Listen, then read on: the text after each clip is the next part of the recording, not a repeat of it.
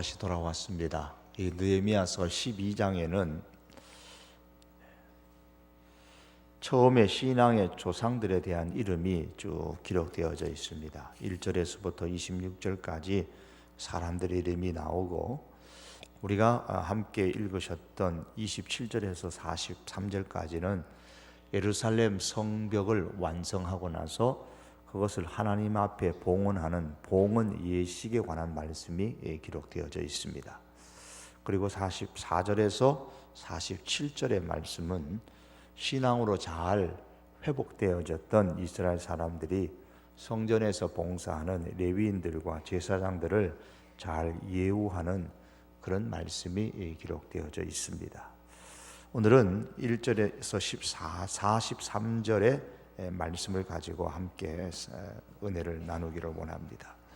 느헤미야서 11장에 보시면 사람의 이름들이 역시 굉장히 많이 나옵니다.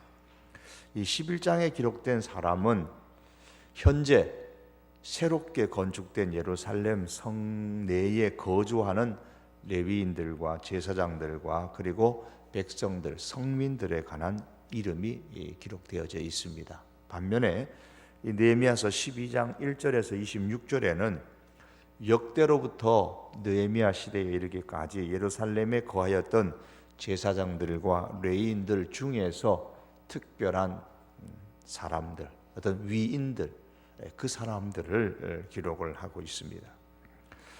이 스룹바벨 시대에 1절에서 7절에 보면은 스룹바벨 시대의 제사장들의 명단들이 거기에 기록되어 있고, 8절에서 11절에 보면 레위인들의 명단, 또 그 시대의 12절에서 21절에는 스룹바벨과 함께 귀환했던 제사장인 예수아의 아들, 1절에 보면 예수아가 스룹바벨과 함께 왔는데 지도자 그 예수아의 아들인 요하김 때의 족장들과 제사장들의 명단이 나옵니다. 그리고 22절부터 26절에는 그 외에 다른 위인의 제사장 레위인들의 이름이 나오고 있습니다.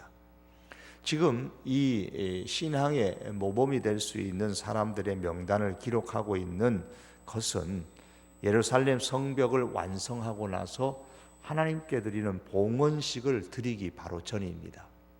느헤미야 성벽을 하나님께 봉헌하기에 앞서서 바로 이런 신앙의 영향력이 있었던 사람들을 열거하는 것은 오늘을 사는 그 예루살렘 거주민들로 하여금 다시금 자신들의 신앙을 돌이켜 볼 수 있는 기회를 주기 위해서입니다. 지금 무슨 얘기를 하려나 하면 오늘의 역사, 우리가 오늘 이렇게 된 역사는 우리들의 존재에 의해서만 이루어진 것이 아니라는 겁니다. 우리가 이렇게 성벽을 완성하게 된 것은 우리의 위대한 신앙의 선조들에 의해서 영향을 받았고 물려받았다라는 것을 말하려고 하고 있습니다. 오늘 우리들이 예루살렘 성벽을 완성해서 하나님께 봉헌식을 하려고 하는데 이것이 결코 우리들의 노력만으로 이루어진 것이 아니라 눈에 보이지 않고 지금은 우리 앞에 살아있지 않지만 알게 모르게 우리들이 이러한 일을 하도록 영향력을 끼쳤던 신앙의 위인들에 대해서 그들에 의해서 오늘의 대역사가 이루어졌다, 이것을 지금 말하고 있는 것입니다. 우리 성도교회가 67년의 역사를 가지고 있으면서 역사 속에서 우리들이 자랑할 수 있는 신앙의 사람들이 참으로 많았으면 좋겠습니다. 신앙에 영향력을 끼칠 수 있는 사람, 이 사람이 참으로 교회에 필요합니다. 자신의 신앙이 나태해지고 무력해질 때에 우리 교회 아무개 성도를 생각하면 신앙의 선배들을 생각하면 내가 이러면 안 되겠구나라는 생각을 가질 수 있는 그 신앙의 위인들, 신앙의 거장들이 교회에 많이 있어야 합니다. 신앙에 이런 영향력을 끼칠 수 있는 그런 사람들이 반드시 교회에 오래 다닌 사람이 아닐 수도 있습니다. 반드시 연세가 많이 드신 분이 아닐 수도 있습니다.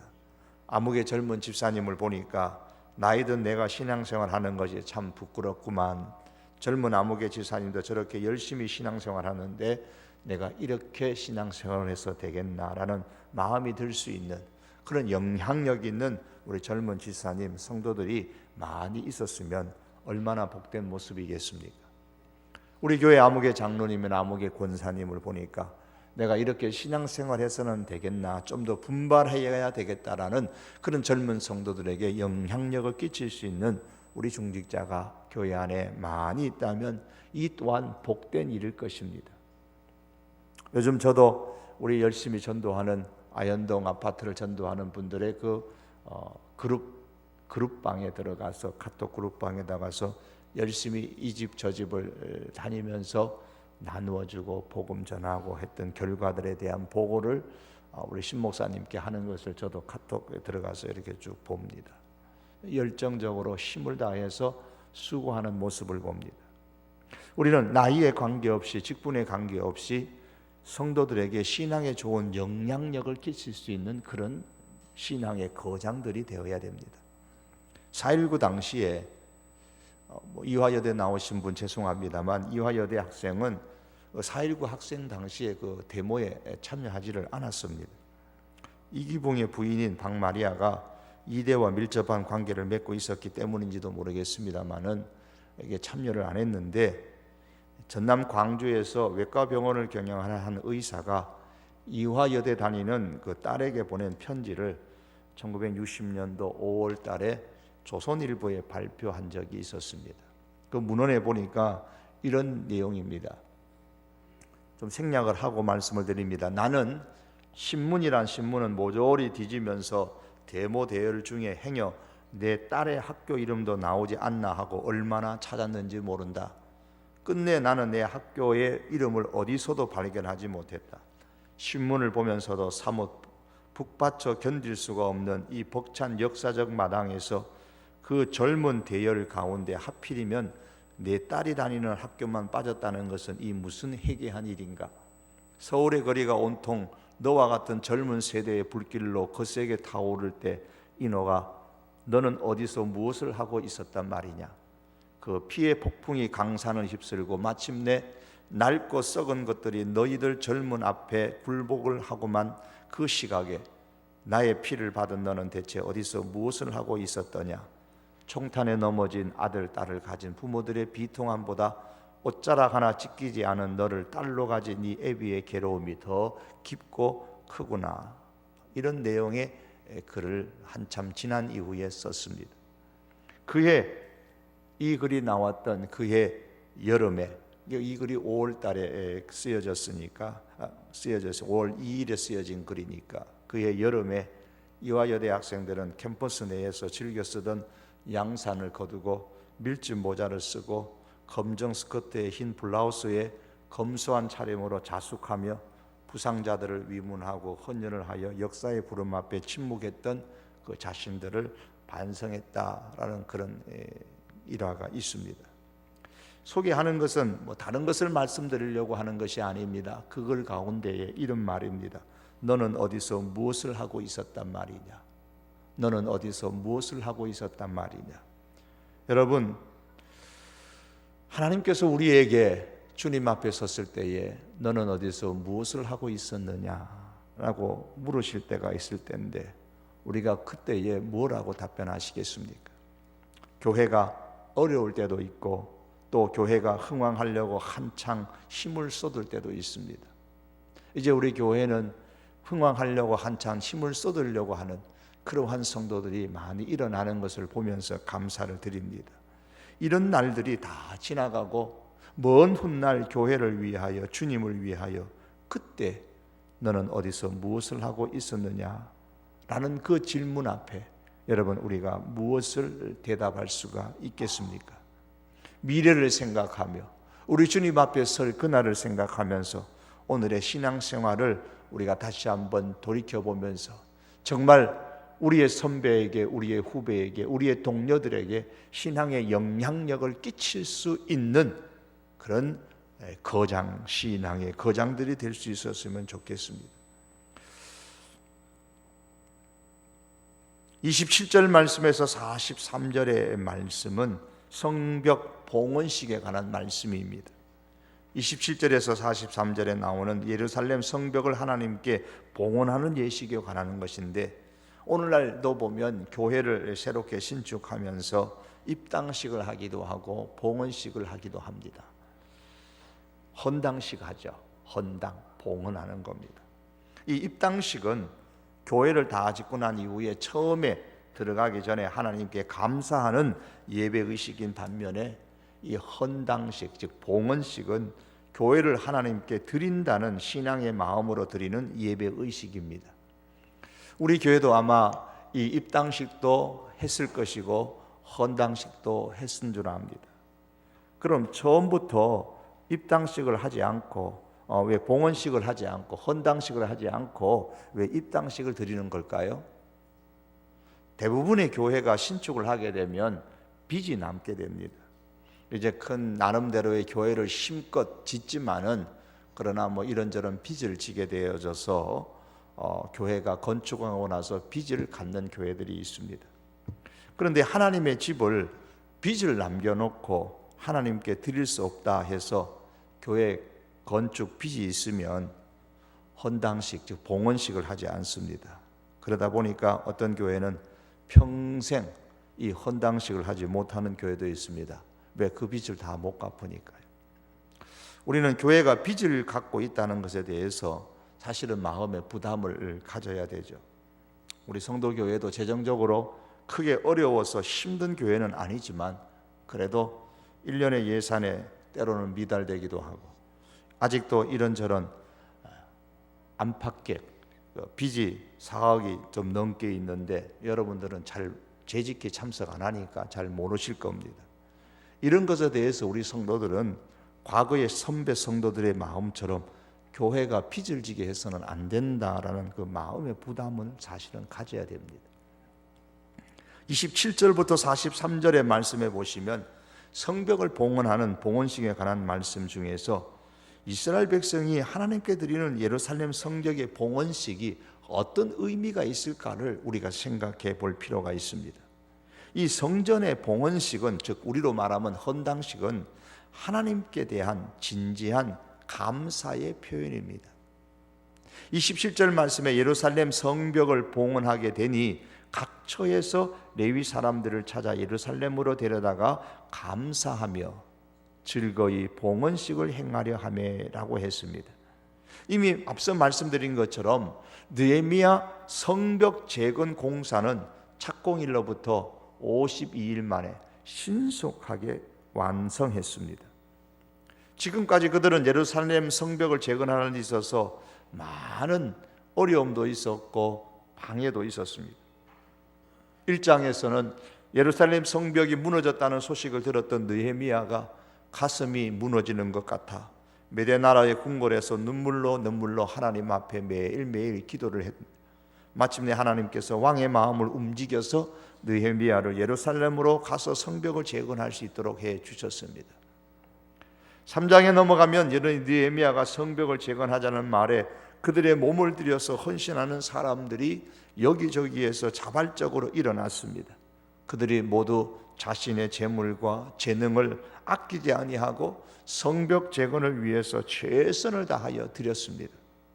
또한 4장 이하를 보면 산발락과 도비아가 앞장섰던 방해와 음모들이 여러 차례가 있었습니다. 그들은 그 모든 어려움과 고통 속에서도 단시일 내에 성벽을 완성했습니다. 성벽을 완성함으로 말미암아 삶의 터전이 이제 견고해졌습니다. 외부의 조롱의 세력들로부터 방비를 잘 할 수 있게 되어졌습니다. 이스라엘 사람들이 마음 놓고 바벨론에서 돌아와서 살 수 있는 환경이 마련되어졌습니다. 뿐만 아니라 이미 돌아온 사람들의 그 사기를 높이고 마음을 하나로 묶어주는 역할도 했습니다. 만일에 예루살렘 성벽이 재건되지 않고 부서진 상태 그대로 있었다면 이스라엘 역사에서 귀한 시대는, 바벨론 포로 귀한 시대는 훨씬 더 초라한 모습을 하고 있었을 것입니다.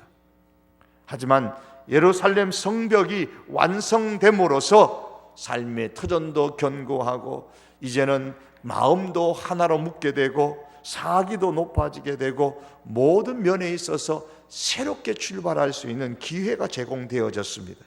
이 모든 것이 하나님의 전적인 은혜로 생각하고 감사한 마음으로 즐거이 봉헌식을 행하는 것입니다. 느헤미야는 이 감사의 마음을 최대한으로 표현했는데 그 증거들 중에 하나로 레위인들을 다 동원을 해서 찬양대를 편성하고 그 찬양을 하게 했습니다. 31절에 보면 또 감사 찬송하는 자의 큰 무리를 둘로 나누었다 그랬습니다. 찬양대를 편성해서 그 봉헌하는 성벽 위로 그렇게 걸어가게 했습니다. 행렬을 지어서 걸어가게 했습니다. 이것은 이 성벽을 하나님 앞에 드립니다. 이 성벽이 완성된 것을 하나님께 감사드립니다. 그러면서 감사의 찬양을 그 성벽 위로 걸어다니면서 하나님을 높였습니다. 찬양대는 오른쪽으로 왼쪽으로 둘로 편성됐는데 한편은 학사 에스라가 인도하여 시계 반대 방향으로 출발해서 감사의 찬양을 하면서 완성된 성벽 위로 걸어갔고, 다른 한편은 느헤미야가 인솔을 해서 계곡문에 출발해서 시계 방향으로 여러 망대를 거쳐서 마지막에 39절에 보면 감옥문에까지 이르렀다 그랬습니다. 그리고 이 두 찬양대가 성전으로 합쳐져서 들어갑니다. 이 두 편의 찬양대는 성전에 합쳐져서 큰 찬양대를 이루고 하나님께 감사하고 찬양하며 봉헌의 감사 예배를 하나님께 드렸습니다. 성벽 위로 행렬하는 그 찬양대의 모습은 정말로 감사의 말밖에 나오지 않는 아주 뜻깊은 행렬입니다. 왜냐하면 느헤미야의 그 대적들과 방해자들은 이스라엘이 짓는 그 성벽이 너무 약해서, 너무 보잘것없어서 여우 한 마리가 올라가도 무너지리라고 그렇게 비방을 일삼았었습니다. 하지만 성벽은 완성되어졌을 때에 이스라엘의 많은 그 레위인들이 성벽 위로 행렬을 지어 걸어가며 찬양했지만, 소리를 높였지만 조금도 무너지지 않았습니다. 성벽 위로 걸어가며 악기를 불고, 오늘 27절의 말씀에 보면 여러 악기들이 나옵니다. 재금 치며 비파와 수금을 타며 악기를 불어가며 찬양을 목소리로 소리를 높여가며 성벽 위로 행렬을 지어서 한편은 오른으로 한편을 왼쪽으로 그렇게 행렬을 지어서 성벽 위로 걸어갔지만은 성벽은 든든했습니다. 든든한 성벽으로 인해서 이제 이 성벽 짓는 모습을 보고 비방했던 도비야와 산발랏을 비롯한 많은 사람들은 더 이상 할 말을 잃어버렸을 겁니다. 자기들의 비난과 비방이 다 헛된 것이었음을 깨닫게 되었을 겁니다. 느헤미야는 많은 방해와 모함과 역경을 겪으면서 마치 사망의 음침한 골짜기로 다니는 그런 경험을 했지만, 결국에 하나님께서 그의 인생의 잔을 넘치게 해주셨음을 경험하게 됐습니다. 이 모든 마음이 성벽 봉헌식을 드리는 느헤미야와 백성들의 마음에 담겨있는 감사의 모습입니다. 지금 우리 성도교회가 예배당을 건축하는 일을 보지 못해서 그 감격과 감동에 대한 감사를 느끼지 못한 분들도 있겠죠. 물론 그 중에 저도 한 사람입니다. 하지만 지금 여기 앉아 계시는 많은 분들이 이 아름다운 예배당을 새롭게 짓고 하나님 앞에 헌당식을 드렸던, 입당을 하고 헌당식을 드렸던 것을 아직도 마음의 감격과 감동으로, 감사로 담고 계신 분들이 많이 계실 것입니다. 여러분, 이제 우리는 그 감격과 감동과 감사를 다시 회복할 수 있기를 원합니다. 사랑성전 이 예배당에는, 특별히 우리 예배당에는 보니까 독특한 것이 하나님을 찬양하는 이 찬양대석의 모습이 이렇게 두 군데로 있는데, 이렇게 두 군데 다 가득 차가지고 하나님을 예배한 적이 있었습니까? 그러니까 없었다 그러는 것 같아요. 그날이 왔으면 좋겠습니다. 이 예배당을 건축할 때보다 우리가 더 많은 수고와 충성과 노력을 기울여서 이스라엘 백성들의 그 찬양대가 둘로 나뉘어져서 한편은 오른쪽으로 돌고 한편은 왼쪽으로 돌면서 그들이 합하여서 함께 성전 안에 들어와서 하나님을 높여 찬양했던 것처럼, 우리 찬양대가 한편에는 오른쪽으로 들어와서 이 자리에 앉고 한편으로는 왼쪽으로 들어와서 이 자리에 앉으면서 이 예배당에서 함께 하나님을 찬양하는 모습을 보면서 온 성도들과 성도 또한 찬양대원들이 함께 한 번 더 하나님께 감격하고 감동하며 하나님께 감사하는 그런 일들이 일어날 수 있기를 원합니다. 여러분, 이를 위해서 기도해 주시고, 이를 위해서 우리가 느헤미야가 성벽 재건을 위해서, 회복을 위해서 했던 그 수고와 충성과 노력과 헌신들을 우리가 아낌없이 우리가 또한 행할 수 있기를 바랍니다. 그런 날이 오기를 우리가 기대하고 기도하고 수고할 수 있기를 원합니다. 이 성전 봉헌식은 또한 오직 하나님께만 영광을 돌린다는 신앙의 표현입니다.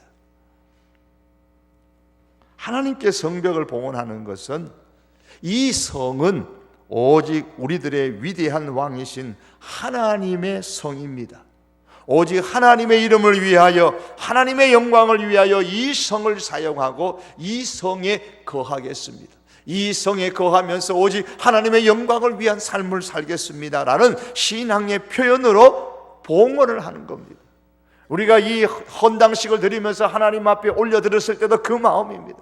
주님, 우리가 이 안에서 신앙생활하면서 오직 하나님께 영광 돌리는 인생이 되겠습니다. 우리가 그런 마음으로 하나님 앞에 헌당식을 했을 것입니다.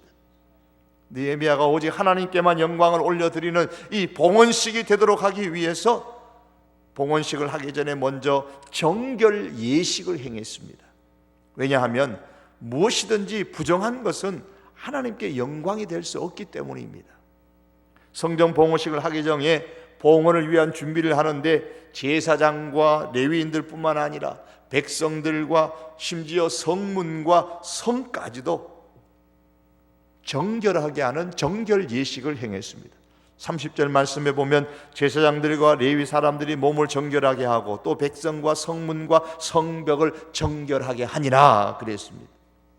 성전 봉헌식을 함에 있어서 먼저 거룩하신 하나님께 예배하는 것이기에 그 예배를 인도하는 제사장과 레위인들이 자신들을 정언하게 하고, 또한 그 성벽을 하나님 앞에 올려드리고 하나님께 영광을 드리는 것이기에 그 성벽과 그 성을 정결하게 하는 의식을 행했습니다. 왜냐하면 민수기 19장 20절과 22절에 말씀하면 그 보면 하나님께서는 부정하고 스스로 정결하게 하지 아니하면 하나님께서 받지 않으신다고 말씀하셨기 때문입니다. 아무리 귀한 것을 봉헌한다고 할지라도 부정한 것, 더러운 것은 하나님께서 원치 아니하십니다. 그러므로 우리는 하나님께 예배를 드리기 전에 우리 자신을 거룩하게 해야 되는 것이죠. 그래야만 하나님께 영광을 돌릴 수 있는 겁니다. 오직 하나님께 영광을 올려드리는 그런 인생을 이 성 안에서 살겠습니다. 이 성벽에 하나님의 영광을 올려드리는 것이 되기를 원합니다. 이런 마음으로 그들은 정결 예식을 행했던 것입니다. 오늘날 우리가 교회 헌당식을 하는 것도 하나님께 영광을 올려드린다는 의미가 있습니다. 그런데 하나님께 봉헌하는 것, 하나님 앞에 드리는 것은 예루살렘 성벽이나 교회뿐만이 아닙니다. 우리가 집을 짓거나 어떤 집을 사서 이사를 하거나 어떤 집을 세를 얻어 가거나 모든 경우에도 우리는 이렇게 고백을 해야 합니다. 하나님, 이 집은 나와 내 가족이 거하는 집이긴 하지만 하나님을 위한 집입니다. 하나님께서 주인이 되시는 집입니다. 이 집에 거하는 동안 하나님께서 이 집에 거하셔서 하나님의 영광을 하나님께 올려드립니다. 하나님의 이름이 존귀하게 나타나도록 이 집에서 살겠습니다. 하나님께 기쁨이 되도록 이 집에서 살겠습니다. 하나님께서 이 집의 유일하신 참된 주인이십니다. 여러분, 우리가 이런 신앙의 고백을 가지고 남만의 봉헌식을 하나님께 드려야 됩니다. 그러므로 우리가 어떤 물건을 구입하거나 어떤 집을 사거나 전세를 얻는 경우에 다른 사람들이 생각하지 않는 한 가지 조건을 우리가 더 첨가시켜야 되는 거예요. 이 조건을 가장 우선적으로 생각을 해야 합니다. 그 조건 다른 게 아닙니다. 이것이 하나님의 영광과 하나님의 이름을 위해서 계획된 것인가? 우리가 이것을 질문하고 이 집이 혹은 이 물건이 하나님께 영광 되기를 원합니다. 하나님의 기쁨이 되기를 원합니다. 하나님의 기쁨을 위해서 사용되기를 원합니다. 우리가 이런 봉헌의 마음을 가져야 됩니다. 인류 역사상 가장 아름다운 음악 작품을 남긴 한 사람이 있는데 그 사람은 불행하게도 그의 생애가 그의 작품처럼 그렇게 남들이 볼 때 객관적으로 아름답지를 못했습니다. 그야말로 많은 고난의 연속의 삶을 살았습니다. 10살이 되기 전에 아버지와 어머니가 돌아가셨습니다. 그를 키워줬던 형이 있었지만은 그는 자기가 동생을 먹여 살려야 된다는 그런 생각에 그 동생을 아주 미워했었습니다. 어른이 되어서도 생활은 어려웠습니다. 결혼한 지 13년 되는 해에 아내가 죽었고 또다시 이제 재혼을 하게 됐는데 그 두 사람을 통해서 낳은 자녀가 20명 되는데 10명은 어려서 죽고 다른 한 명은 20살쯤에 되어서 죽고 또 한 명은 정신 파괴가였고 나이가 많아져서 이제 이 사람마저도 앞을 보지 못하는 장님이 되고 말았습니다. 게다가 병으로 쓰러져서 반신불구가 되고 말았습니다. 그런 상황 속에서 이분이 계속해서 작곡을 했는데 그가 쓴 그 곡이 수많은 사람의 영혼을 완전히 사로잡을 만큼 웅장하고 장엄한 찬양과 경배와 감사의 노래들로 그야말로 불후의 명작을 남겼습니다. 우리가 잘 아는 사람입니다. 독실한 루터교 신자로서 세계 역사상의 교회 음악 작곡가들 가운데 가장 뛰어난 한 사람입니다. 요한 세바스찬 바하라는 사람입니다. 바하. 그가 이처럼 심오한 믿음과 찬양의 세계를 알 수 있었던 원인이 무엇이었을까? 그가 남긴 글 속에서, 흔적 속에서 우리는 찾아보게 됩니다. 그는 자신이 작곡한 칸타타나 오라토리오의 마지막 부분에 항상 SDG라는 글자를 적어 놓았습니다. SDG. 이것은 하나님의 영광만을 위하여라는 뜻을 지닌 라틴어의 첫 글자입니다. 솔리 데오 그롤리아, 솔리의 S자와 데오 하나님의 D자와 그롤리아 영광의 G자를 썼습니다. 그래서 SDG라는 이 라틴어의 첫 글자를 거기에 남겨 놓았습니다. 또 오르간을 위한 합창 전주곡들은 지극히 존귀하신 하나님께라는 그런 의미로 바치는 곡이라고 적어 놓았습니다. 그리고 오르간 반주만을 위한 작품들의 첫 부분에는 INJ라는 글자를 남겨놓았습니다. 즉 In nomine Jesus, 즉 In the name of Jesus, 오직 예수 그리스도의 이름으로 라고 그렇게 적어 놓았습니다. 솔리데오 그롤리아, 이것이 그가 작곡하는 그 모든 동기요 그의 목적이었습니다. 그의 삶이었습니다. 오직 하나님께만 영광을, 이것이 지금 느헤미야가 성벽을 완성해서 하나님 앞에 봉헌하는 그 목적이었습니다. 의미입니다. 우리의 모든 삶에 있어서 우리 예배당뿐만 아니라 우리의 이 교회뿐만 아니라 우리의 집과 우리의 삶의 모든 것을 무엇을 하든지 하나님께만 영광을 돌려드리기를 원합니다. 이 귀중한 고백들이 우리의 삶 속에서 늘 있기를 원합니다.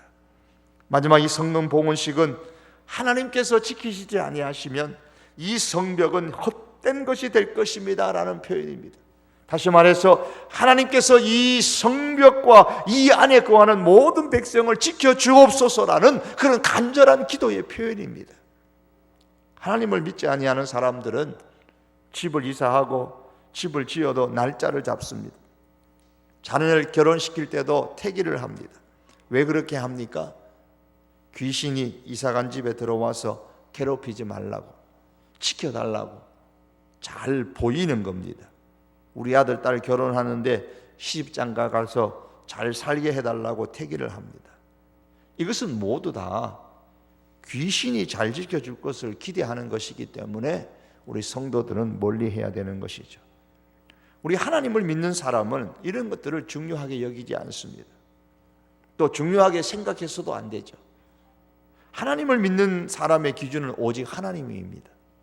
이사를 해도 하나님께 기도하고 이사하고, 결혼을 해도 기도하고 결혼하고, 시집 장가를 가고 보내도 하나님께 기도하고 보내고, 장사를 새롭게 출발을 해도 하나님께 기도하고 시작하고, 집을 사도 하나님께 기도하고 사고, 가장 지혜로우시고 가장 능력이 크신 하나님께서 지켜주셔야만 한다는 신앙을 가지고 행해야 하는 겁니다. 우리가 그렇게 하는 이유는 딴 게 없습니다. 하나님께서 지켜주셔야만 된다는 겁니다. 시편 127편 1절에 시편의 기자는 이렇게 고백합니다. 여호와께서 집을 세우지 아니하시면 세우는 자의 수고가 헛되며 여호와께서 성을 지키지 아니하시면 파수꾼의 깨어 있음이 헛되도다. 하나님께서 이 예루살렘 성벽을 지켜주시지 않으면 우리가 그동안 세웠던 이 성벽의 수고가 무슨 의미가 있겠습니까? 우리가 하나님의 은혜로 지었지만 하나님께서 지켜주셔야 합니다. 하나님께서 이 성벽 안에 거하는 백성들, 우리 예루살렘 백성들, 거민들을 지켜주셔야 합니다. 지켜주십시오. 그런 의미로 하나님 앞에 봉헌을 하는 겁니다. 여러분, 하나님께서 우리 성도 교회를 지켜주셔야 우리의 수고가 헛되지 않을 것입니다. 하나님께서 우리의 가정과 일터와 삶을 지켜주셔야 우리의 노력이 헛되지 않는 것입니다. 그러므로 항상 우리의 시선을 우리는 하나님 앞에 두고 하나님께서 지켜주시도록 기도하기를 뜨겁게 기도해야 됩니다. 느헤미야는 완성된 성벽을 하나님께 드리는 이 성벽 봉헌식을 거행하면서 하나님께 이 성벽을 바친다는 의미로 봉헌합니다. 이 성벽의 회복을 위해 수고도 바치고 충성도 바치고 물질도 바치고 시간도 바치면서 모든 것이 하나님의 은혜로 된 것임을 고백하면서 하나님께 감사를 드린다는 의미로 봉헌을 했습니다. 이제 이 성벽 안에 살면서 오직 하나님께 영광을 올리겠다는 의미로 봉헌을 드렸습니다. 그리고 성벽이 완성되었다 할지라도 하나님께서 이제 이 성벽을 지켜주시지 않으시면 우리의 수고가 헛되고 만다는 것을 알기 때문에 오직 하나님께서 지켜주시기를 간절히 기도하는 그런 마음의 의미로 하나님 앞에 봉헌을 드렸습니다. 이런 마음으로 봉헌식을 거행했을 때에 어떤 일이 일어났습니까? 오늘 43절 마지막 말씀입니다. 이날에 무리가 큰 제사를 드리고 심히 즐거워하였으니 이는 하나님이 크게 즐거워하게 하였습니다. 부녀와 어린아이도 즐거워하였으므로 예루살렘이 즐거워하는 소리가 멀리 들렸느니라. 이날에 무리가 크게 제사를 드리고 심히 즐거워하였다. 하나님께서 그들에게 큰 기쁨을 주셨습니다. 즐거움을 주셨습니다. 여인들과 어린아이들도 즐거워했습니다. 그 기쁨의 소리가 멀리까지 들렸다 그랬습니다. 우리 교회가 지향하고 있는 신앙의 목표가 무엇입니까? 행복과 기쁨이 넘치는 믿음의 공동체입니다. 사랑하는 성도 여러분, 봉헌식은 하나님께 드리는 예배의 의식입니다. 무엇을 드려 하나님께 감사하시겠습니까? 무엇을 드려 하나님께 영광을 올려드리겠습니까? 무엇을 드리면서 하나님께서 지켜주시기를 기도하시겠습니까? 하나님께 드리는 그 봉헌의 마음으로 우리가 살면서 하나님께서 주시는 그런 기쁨이 넘치는 삶을 사는 하나님의 사람들이 될 수 있기를 원합니다. 정말 이 교회 안에서 우리가 신앙생활하며 하나님 앞에 드리며 감사의 마음을 가지고 살고 하나님 앞에 드려 하나님께 영광을 올려드리는 삶을 살고 하나님께서 지켜주시기를 간절히 소망하는 기도의 마음과 기도의 자세를 우리가 살아가고 그로 통해서 느헤미야 그 시대에 그 백성들에게 하나님께서 기쁨을 주셨던 것처럼 이 예배당을 드나드는 모든 성도들에게 하나님께서 기쁨을 주시기를 원합니다. 그 기쁨의 소문이 이 장안 널리까지 이 한국 땅 널리까지 이 교회 성도들의 기쁨이 퍼지는 소문나는 그런 은혜가 있기를 주님의 이름으로 축복합니다. 우리 기도 한번 드리겠습니다. 말씀을 기억하면서 우리 시간 기도합니다. 하나님, 신앙의 거장들이 우리 교회에 많이 일어나게 하옵소서. 연세 드신 분들이든 젊은 분들이든 신앙의 거장들, 신앙에 큰 영향력을 끼칠 수 있는 그런 인물들이 우리 교회 안에 많이 배출되어져서 두고 오는 세대에 신앙의 모델이 될 수 있는 그런 분들이 많이 일어날 수 있도록 여러분 기도하시고 또한 그러한 사람이 되기를 기대하면서 꿈꾸면서 신앙생활하는 우리 성도들이 될 수 있도록 여러분 위해서 한번 기도하십시오. 두 번째 기도하실 때는 이 예배당을 채우시사 우리 양쪽 찬양대석에 구체적으로 감사 찬송하는 그런 날이 오게 하옵소서. 그걸 한번 보고 싶습니다. 하나님, 우리 예배당에 양쪽 찬양대가 가득 차서 하나님을 높여드리는, 감사의 찬양을 높여드리는 그날 보고 싶습니다. 하나님 허락하여 주시옵소서. 여러분 기도하십시다. 하나님께 영광을 올려드리는 교회가 되게 하시고 하나님께서 우리 성도 교회와 성도들을 지켜 주시옵소서. 우리의 수고가, 우리의 충성이, 우리의 애씀이 헛되지 않도록 하나님이여 지켜 주시옵소서. 우리 세 가지 말씀을 기억하면서 우리 교회를 위하여 기도하시겠습니다. 신앙의 거장들이 교회에 많이 일어나도록 우리 교회를 위한 이 세 가지의 말씀의 기도를 가지고 우리 다 같이 한번 주여 부르짖고 기도합니다.